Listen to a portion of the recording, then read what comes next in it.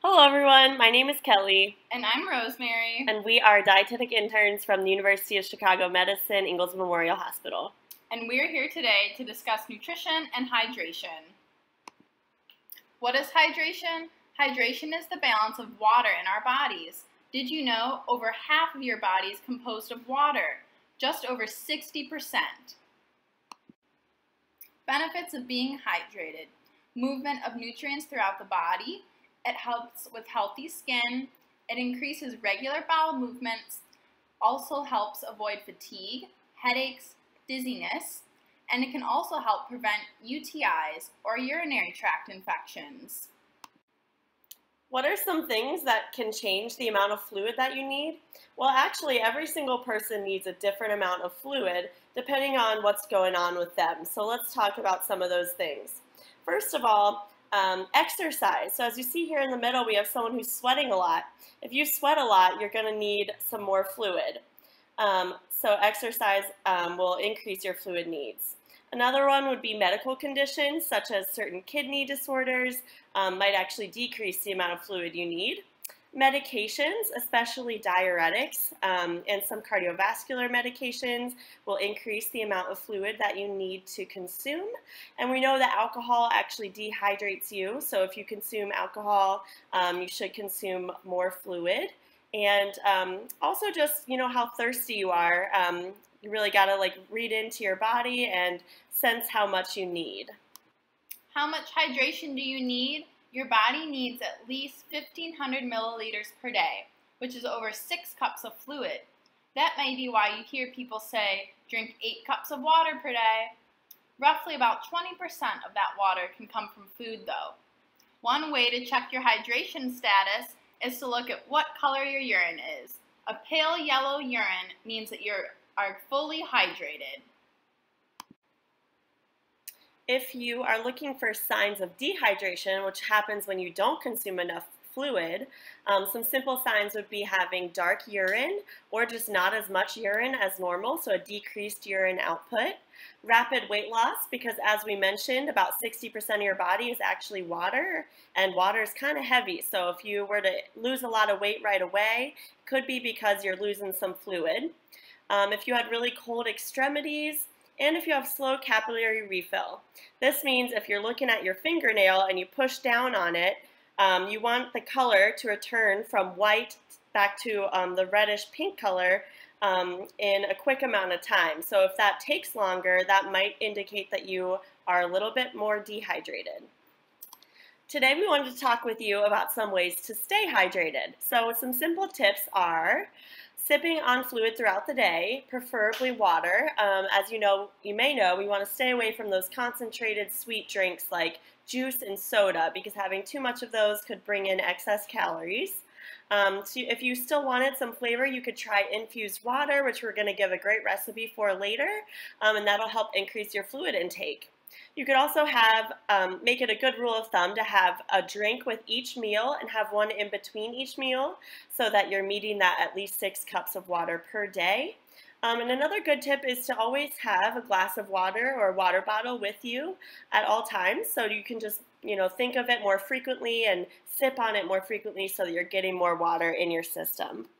Another way to stay hydrated is to incorporate foods with a high water content.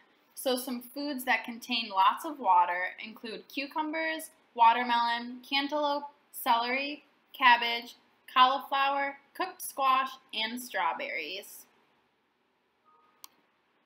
Next, we'll discuss a menu that will keep you hydrated. Starting off with an appetizer. Today we have cucumber slices with cream cheese and dill. Rosemary and I are actually roommates, and this is one of our favorite snacks to have while we work on our projects together. So all you need is cucumber, cream cheese, and fresh or dried dill. And what you're going to do is slice the cucumber into some thin pieces, smear the cream cheese on top of it, and sprinkle the dill on top. And it tastes just like you're eating some crackers, but you're getting cucumber, which is high in water and will keep you hydrated.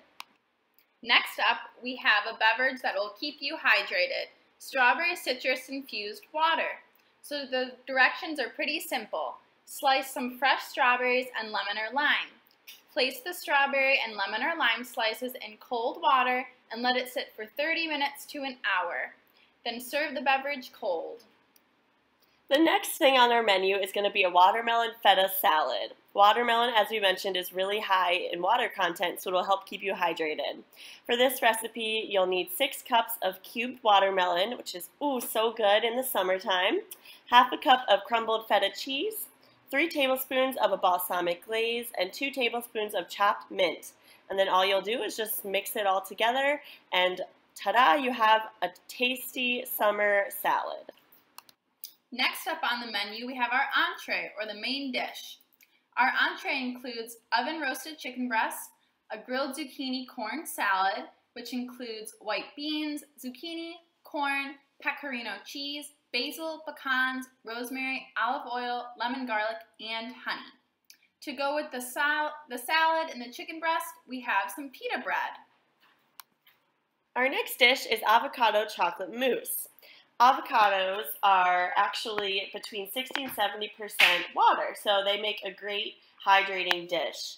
And for this recipe, you just take some avocados, some cocoa powder, melted chocolate chips, milk, vanilla, salt, and whatever sweetener you want, whether it's sugar or maple syrup, and you blend it all together and it makes a delicious chocolate mousse. We hope you enjoyed these tasty recipes that will also help you prevent becoming dehydrated. We hope you learned something and you remember that it's super important to always stay hydrated and sip on water throughout the day. Thanks for listening.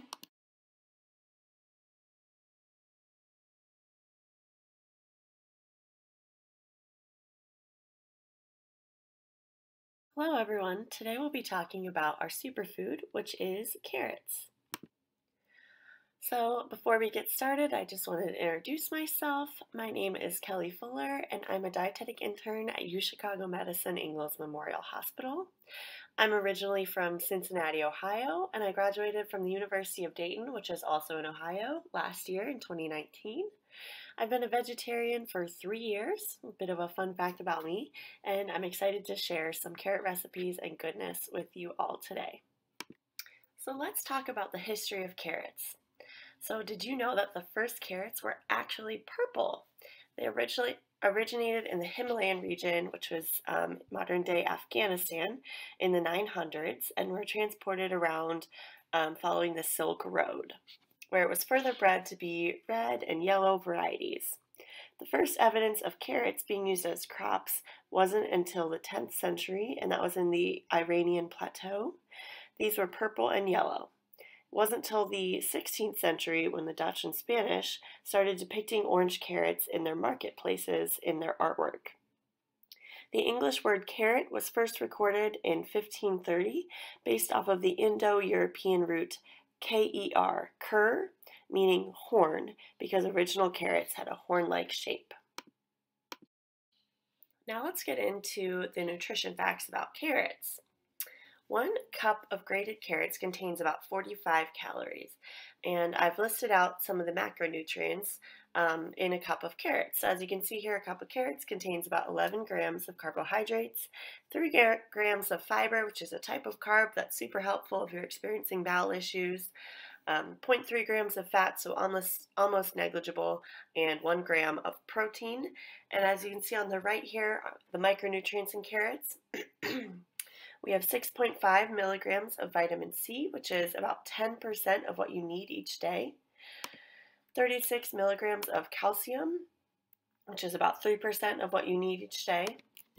352 milligrams of potassium, which is another 10% of what you need of potassium each day. And then our big number here is 9,110 micrograms of beta-carotene. And that is the active form of vitamin A that's found in carrots, which we'll talk about more later. And that's about 367% of the vitamin A that you need per day, so greatly exceeds what you need. Now let's talk about carotenoids. Carotenoids are the compounds that bring forward these bright yellow, brilliant oranges, and reds that we see in many fruits and vegetables, but especially in carrots. They're also in red peppers, oranges, pumpkins, squash, beets, sweet potatoes, even in those dark leafy vegetables. They're just kind of covered by the green. But as we see here, carrots contain carotenoids, which is in the plant form of vitamin A is essentially carotenoids, and carrots contain beta-carotene, which is the most effective form once it's in the body. In general, the darker the vegetable, the more beta-carotene it contains.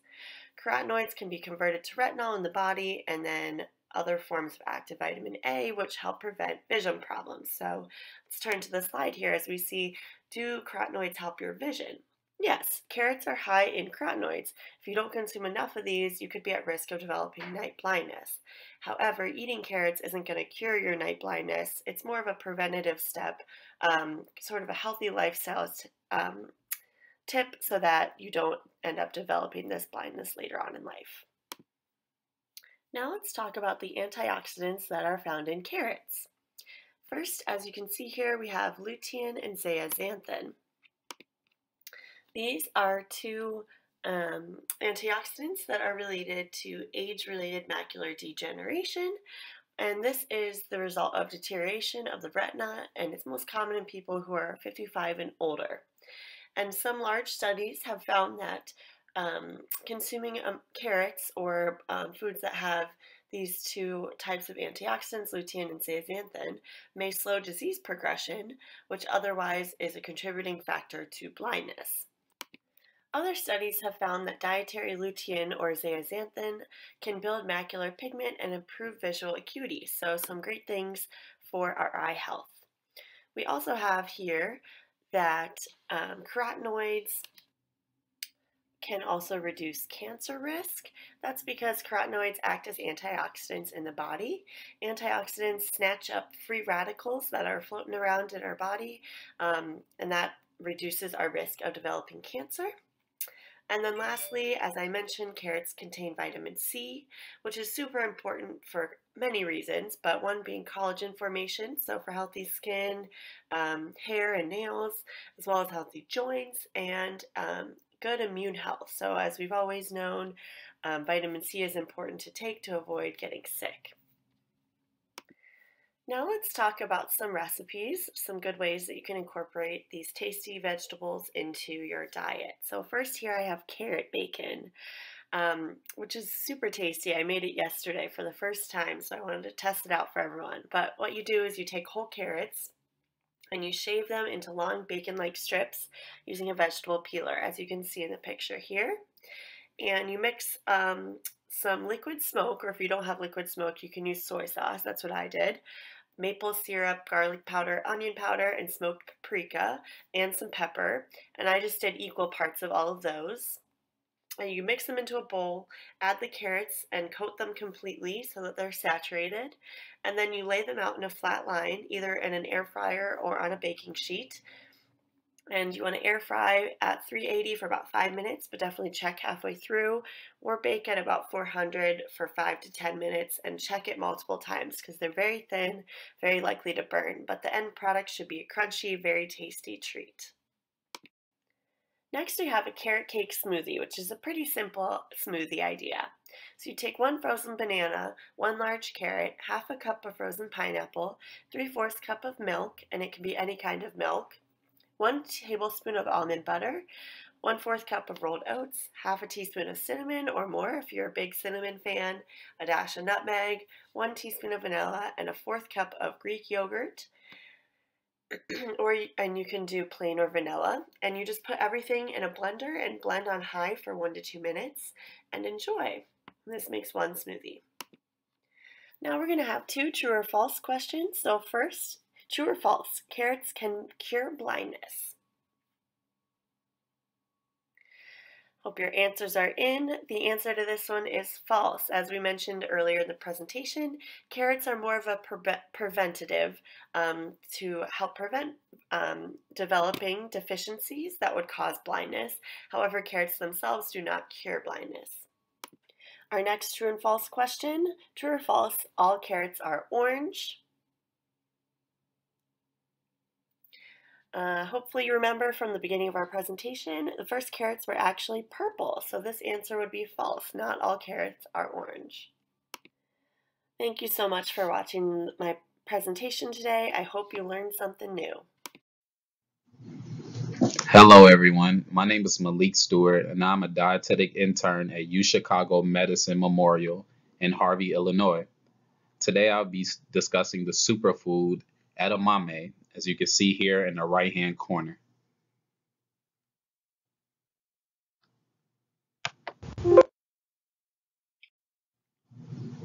Now, let's take some time to understand the history of edamame.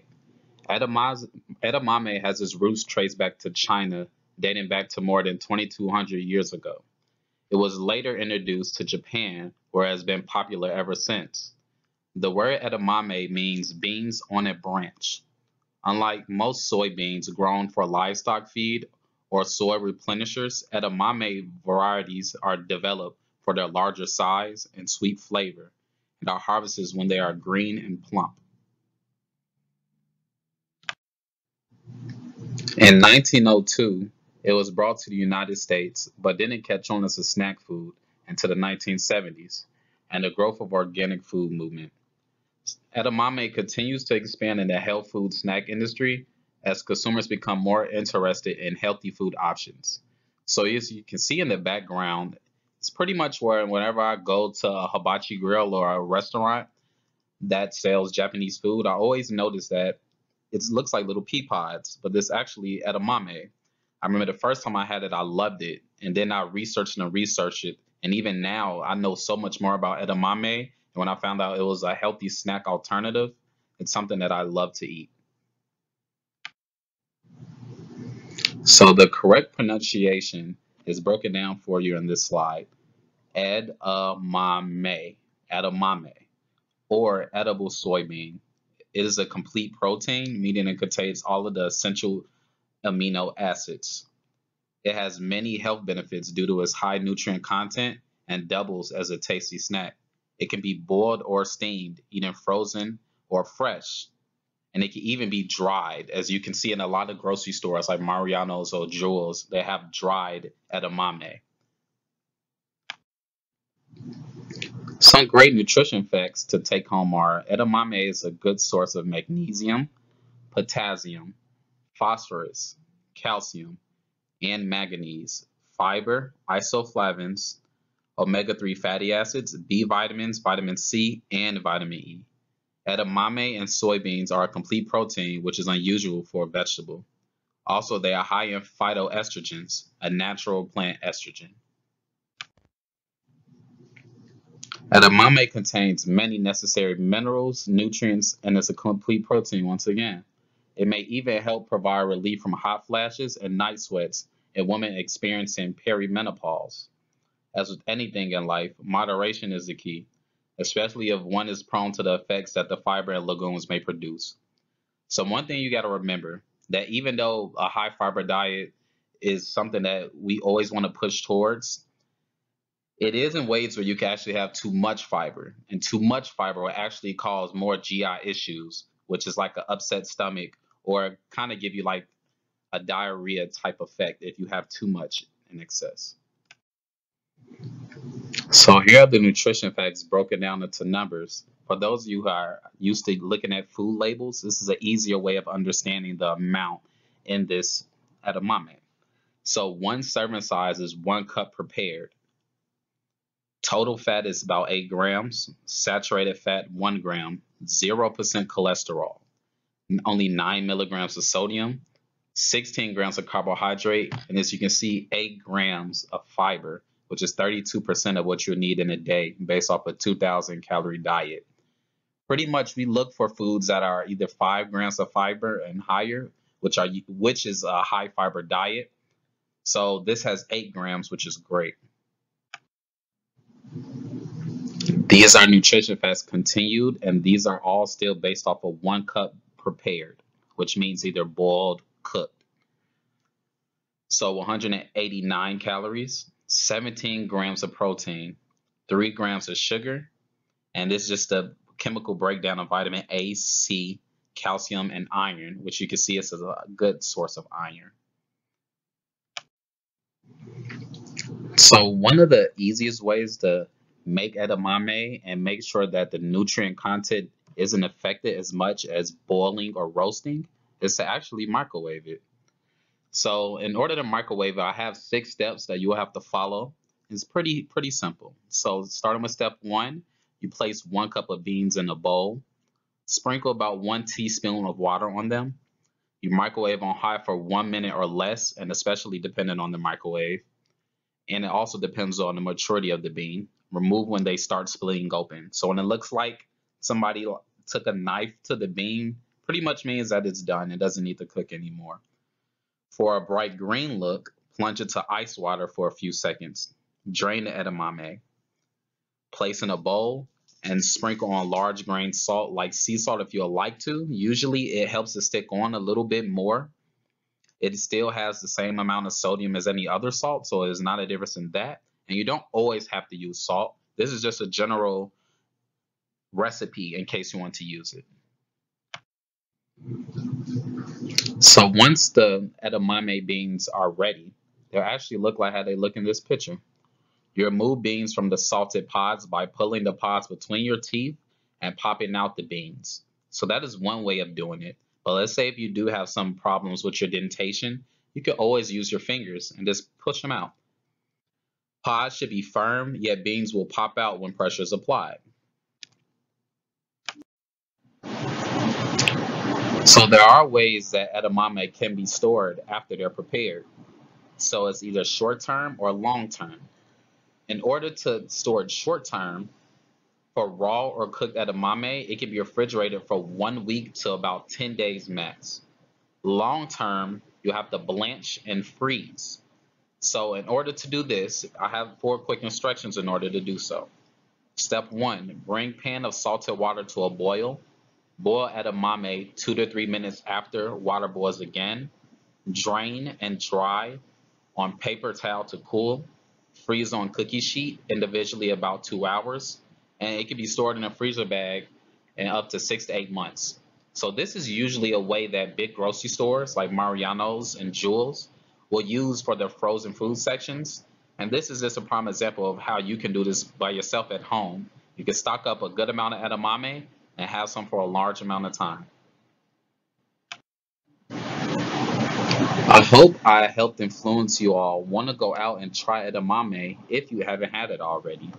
Once again, this is a superfood. It's loaded with fiber, nutrients, will help boost your iron for those that are anemic. This food can do wonders. Once again, you can sprinkle it on salads. You can even eat it dried. You can even have it in bags. It's something where it's easy to carry, something you can slip in your mouth every now and then. Not that high in carb, not that high in calorie.